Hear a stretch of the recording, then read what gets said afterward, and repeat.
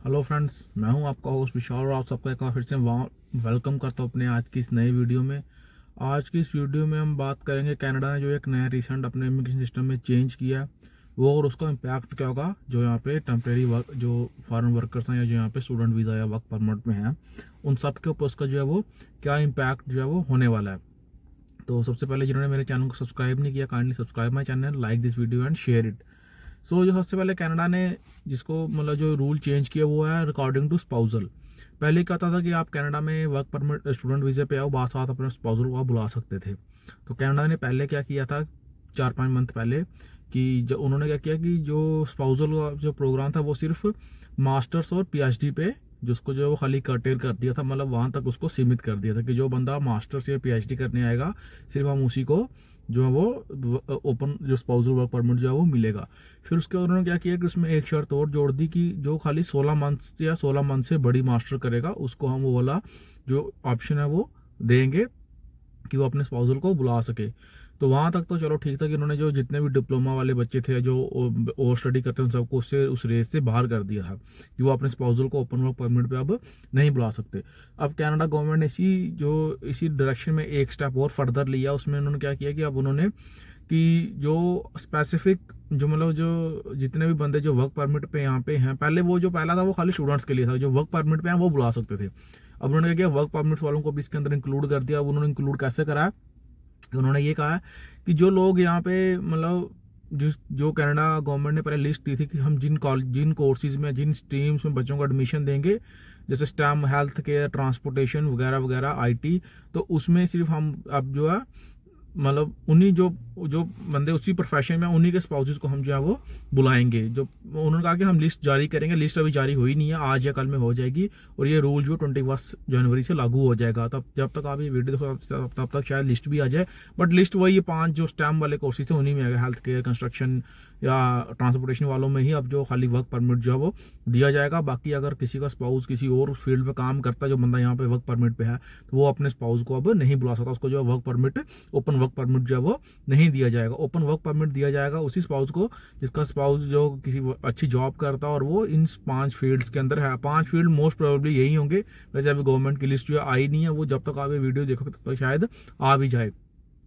तो अब उससे नुकसान क्या होगा कि जितने भी जो लोग मतलब अदर कोर्सेज लेके आए थे जिन बच्चों को पीजीडब्ल्यूपी तो मिल गया पर अब वो किसी भी तरीके से अपने स्पाउस को यहाँ पे ओपन वर्क परमिट पे नहीं बुला सकते। अगर कोई कोई जैसे किसी और कोर्स में है, अगर वो 21 जनवरी से पहले अपने स्पाउस का वर्क परमिट अप्लाई कर देता है तब उसको वो मिल जाएगा, अदरवाइज 21 जनवरी के बाद वो चीज़ उसको नहीं मिलेगी।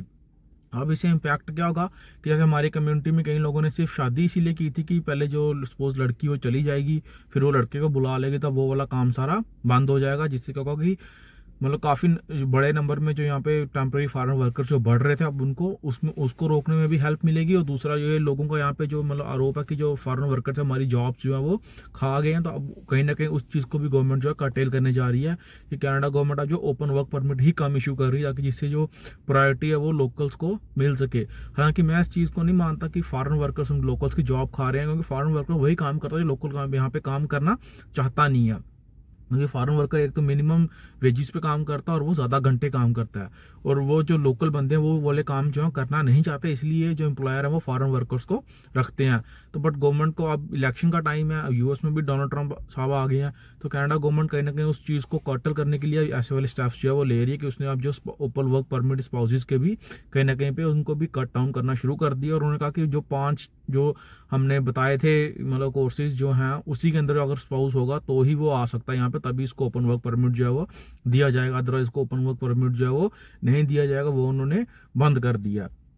तो ये अब इससे ज़्यादातर जो इंटरनेशनल स्टूडेंट्स जो यहाँ पे वर्क परमिट पे आ चुके हैं वो इफेक्टेड होंगे, या अगर कोई यहाँ पे सपोज करो और डायरेक्ट यहाँ पे वर्क परमिट पे आया वो भी इफेक्टेड होगा कि वो अपने स्पाउस के लिए अब जो ओपन वर्क परमिट उनको नहीं मिल सकेगा। तो इससे कहीं ना कहीं इम्पैक्ट तो होगा और ये एक बहुत बड़ा मेजर आप कह सकते हो चेंज है इमिग्रेशन के अंदर। हालांकि ये चेंजेस टेम्परेरी हैं, इसको कभी भी गवर्नमेंट जो बदल सकती है, बट अब इतनी जल्दी वो बदलेगी नहीं, क्योंकि अभी उन्होंने जो इलेक्शन में जाना और इलेक्शन में उनको कुछ ना कुछ चाहिए, क्योंकि यहाँ पे अब जो इलेक्शन में इमिग्रेशन एक जो मेन मुद्दा बन के जैसे यूएस में था। अब कहना कि गवर्नमेंट भी उसी लाइन एंड लेंथ के ऊपर खेलना चाहती है ताकि हम भी यूएस की तरह इस मुद्दे को अब यहाँ पे कैश करा सके। अब जब ये कैश होगा तो कहीं ना कहीं सिटीजन्स के लिए ये चीज़ ठीक है, जो यहाँ पे लोग यहाँ के जो मतलब रहने वाले हैं, जो यहाँ पक्के हैं, उनके लिए तो चीज़ ठीक है, जॉब्स उनके लिए अवेलेबल हो जाएंगी। बट जो यहाँ पे बाहर से आए हैं, जो अपनी फैमिली को बुलाना चाहते हैं, उनके लिए, स्पाउस को बुलाना चाहते हैं, उनके लिए ये चीज़ थोड़ी सी नुकसानदेह है। और इससे खासकर नॉर्थ जो हमारे वाली कम्युनिटी है वो ज़्यादा अफेक्टेड होगी, क्योंकि हमारे यहाँ पे एक बिज़नेस चल पड़ा था कि लड़के वाले खर्चा करते थे, लड़की आइल्स करती थी, उसको यहाँ पे भेज दिया जाता था, फिर साथ में लड़का एज स्पाउस आता, वो ओपन वर्क परमिट पे आके काम करता था। अब कहीं ना कहीं वो चीज़ कर्टेल होगी। वो चीज़ चलो ठीक भी है, बट कहीं ना कहीं इसमें मतलब अच्छे लोगों को, बुरे लोगों से कहीं ना कहीं अच्छे लोग भी रगड़े जाएंगे।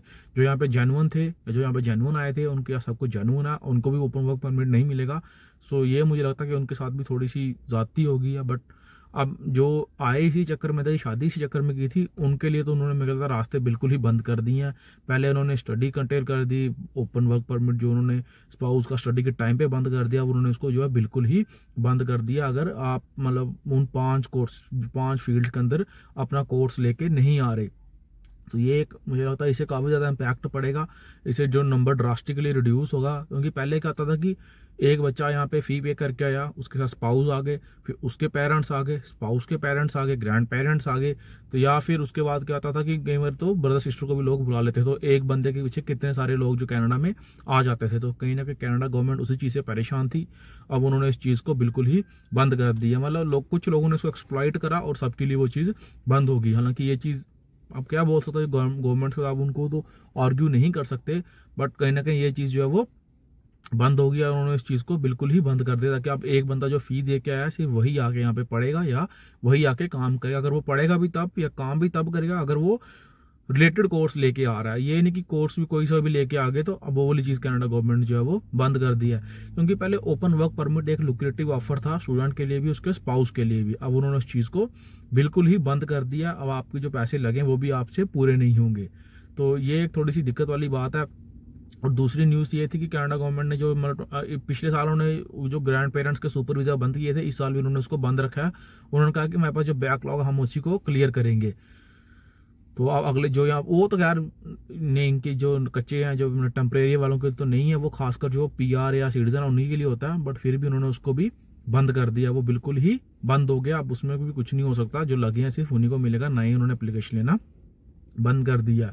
और अब देखो, आप ये भी आ रहा है कि वो असाइलम के रूल्स भी चेंज करने जा रहे हैं। देखो उसमें क्या बनता है, क्योंकि यूएस में स्ट्रिक्टनेस हो रही है तो यहाँ पे भी स्ट्रिक्टनेस होगी ही होगी।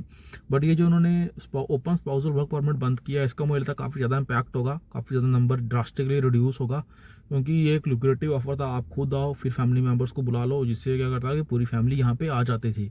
कुछ लोगों ने इसको अच्छे से एक्सप्लॉइट कर लिया, बट उसी वजह से ये बंद हुआ है।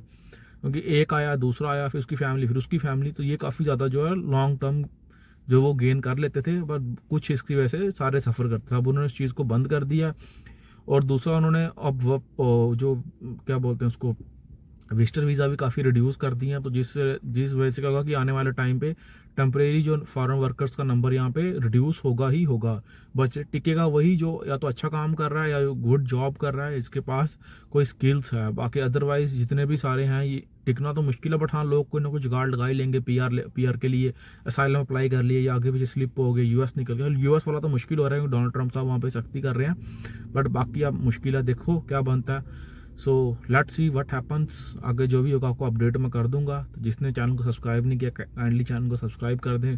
और हाँ, जो इस चक्कर में था कि मुझे कनाडा स्पाउस के तौर पे आना, उसके लिए थोड़ी सी बैड न्यूज़ है। अगर आप 21 जनवरी से पहले अप्लाई कर सकते हो तो शायद आपको वीज़ा मिल जाए, अदरवाइज 21 जनवरी के बाद फिर ये चीज़ जो है वो मुश्किल हो जाएगी। अगर आप वो पाँच आपका जो स्पाउस यहाँ पे जो है वो अगर उन 5 के अंदर नहीं आता, जो 5 कोर्स गवर्नमेंट ने कहे हैं, वो लिस्ट अभी आई नहीं है, आ जाएगी, बट मोस्ट प्रोबेबली वही होगी, हेल्थ केयर, कंस्ट्रक्शन, ट्रांसपोर्टेशन, वो वाले जो 5 थे जो मैंने पहले बताए थे, वो उसी के अंदर होंगे। उन्हीं के स्पाउसेस को मिल जाता हुआ ओपन वर्क परमिट दिया जाएगा, बाकी वालों को नहीं दिया जाएगा। तो अब देखो क्या बनता है इसमें। जो भी नेक्स्ट अपडेट होगी आपसे मैं शेयर कर दूंगा। So thank you, kindly like this channel.